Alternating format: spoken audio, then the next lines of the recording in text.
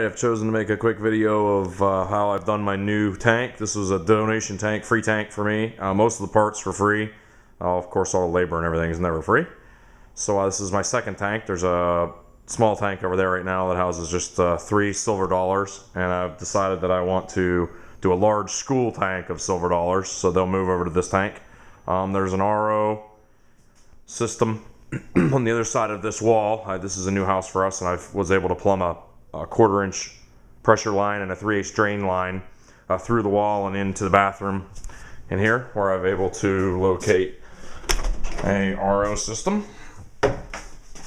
So under here real quick, I've brought the lines down. I've got an actual freezer valve controlled by a switch on the other side of there at the aquarium that will turn on and off the RO water as needed.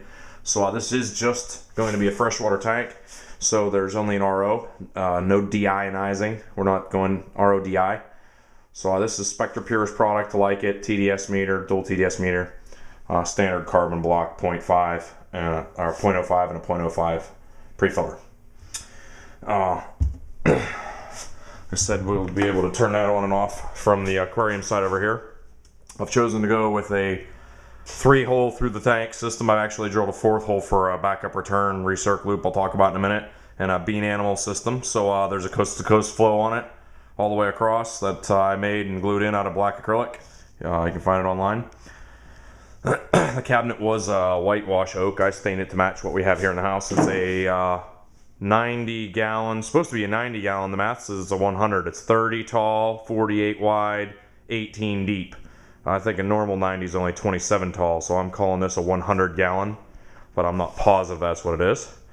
It doesn't really matter. And all in all, it'll be about 125 to 130 gallons of system water inside. So this is the front, obviously, and it's going to go on that wall. There's still a little bit more work to do, but there's dual 3/4 returns coming off of a 1-inch return from below. Some egg crate in the bottom there, which I'm going to use to anchor my plants to before I put my gravel and everything in. There's actually a small bottom return that I rigged up with an anti-siphon on the inside. I'll show a little bit more of that in a minute. It helps take water off the bottom, which is kind of more important with freshwater than saltwater, because not all the freshwater detritus rises to the top like in saltwater does. So you got to get a little bit of subsurface skimming as well. So of course inside there we've got all the way across coast to coast flow, so it's routed the whole way across. So a little tricky to see there with the light on, so but routed all the way across. And there's a shot from the side, goes all the way through. I'll pull the lid real quick. You can sort of see we've got just let me get a set of steps here. I've chosen to paint the inside of the cabinet white to make it clean.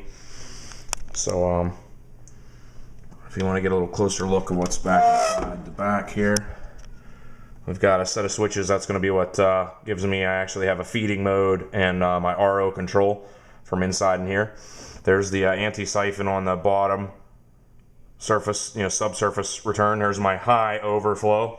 There's my standard full siphon. There's my secondary full siphon, which has a tube that comes up off the top there and opens up to a full siphon if needed. And this is actually my return line coming out and over, which actually balances through a complicated way of keeping a siphon from breaking a siphon and then breaking a siphon when you need it. So it's probably too complicated to try and explain. And there's also another through fitting right there.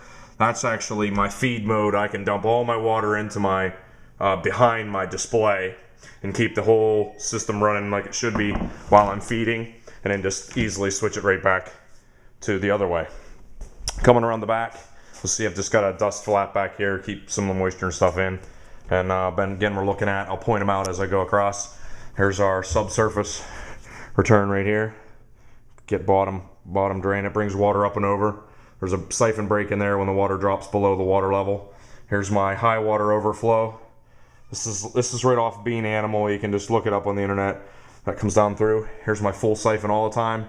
Here's my secondary overflow. It can open up to a full siphon if this one ever clogs.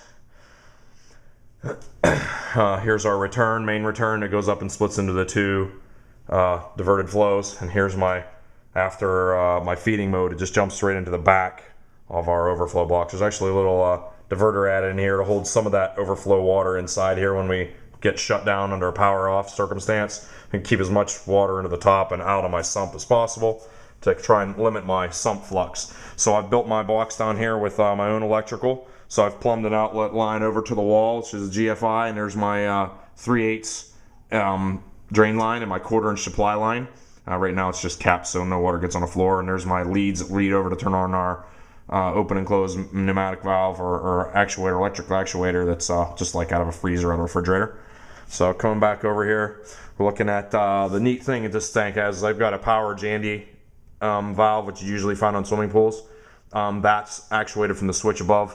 So like I said, when you want to feed them, you can flip it all the way to 180. It'll close off the display loop and open up the closed loop for the filtration system and let it run as long as you want it. And you can stop it anyway intermittent. So you could reduce the flow to the display to 50-50 at any point, and it doesn't really affect with the bean animal system. It really doesn't affect how the filter goes. It makes a little bit more noise. You'd have to readjust your flow siphon, but short of that, I mean, it's just nice to be able to feed, and or if you introduce new fish, whatever, to cut the display down. I may even put it on a timer and just cut it down every night so they have calm flow at night and more flow during the day. Whatever I choose. Gives me some more flux when I go to saltwater. It gives me some options. So that's a lubricated valve. So it comes across, and there's also 2 more outlets. From the other side, I'll open the doors and stuff here. I'll pause it, and I'll show you I've actually set them with a set of switches too. So there's a switch set up as well. So I'm going to use the bio ball. Sump was in there for free. I've gone with a Ceram Pure. This is what BRS sells those porous plates, and that's the 8" by 8" by 1" plate. I'm really excited about trying to use that for my biological filtration. I probably won't keep the bio balls. I'm really not that excited about that. Then the second tank over here is where the main water drops into first, and that'll also give me a refugium setup or a large protein skimmer area later. Right now I'm just going to use it as a sick tank, hatchery tank, just more water. So let me hit pause and move around the front.